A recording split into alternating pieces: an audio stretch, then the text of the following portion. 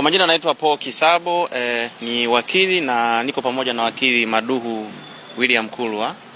Pamoja na tulikuwa pia na wakili Frederick Msaki.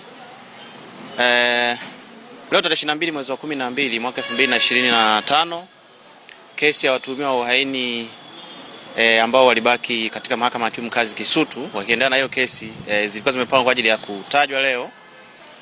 Watuhumiwa walikuwa 12 na kesi nyingine walikuwa 4, lakini kati ya watuhumiwa 12 watatu wamebadilishiwa kosa, wamepewa kosa au wameshtakiwa kwa kosa la kuchoma moto ofisi ya Chama cha Mapinduzi kule Kivule kama sikosei. Wako watatu na kosa hilo lina dhamana, kwa hiyo wamepewa dhamana.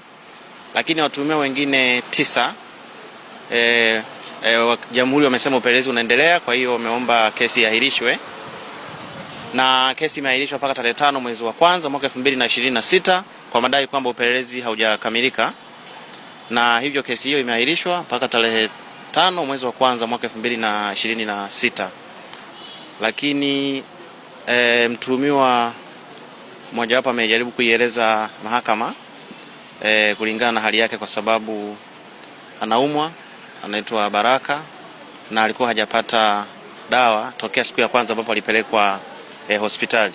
Alipelekwa hospitali ya Amana, dawa zilipoisha kupewa tena dawa. Kwa hiyo ameieleza mahakama kwamba hajapata dawa.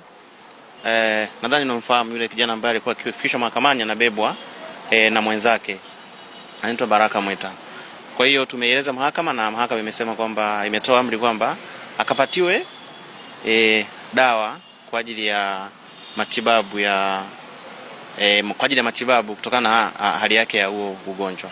Kwa hiyo kimsingi leo hicho ndo kimetokea, hicho ndo ambacho kimetokea leo mahakamani.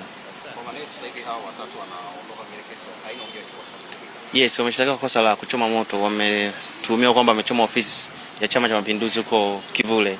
Kwa hiyo wao wamepewa dhamana. Mashahidi kwa ni mdhamini mmoja ambaye ana kitambulisho kinachotambulika, inaweza kuwa NIDA au kitambulisho kingine cha mpiga kura au kingine, lakini wameshadhaminiwa na mdhamini mmoja na wametakiwa kufika mahakamani kila kesi itakapotajwa, na kesi yao imepangwa tarehe 22 mwezi wa kwanza mwaka 2026.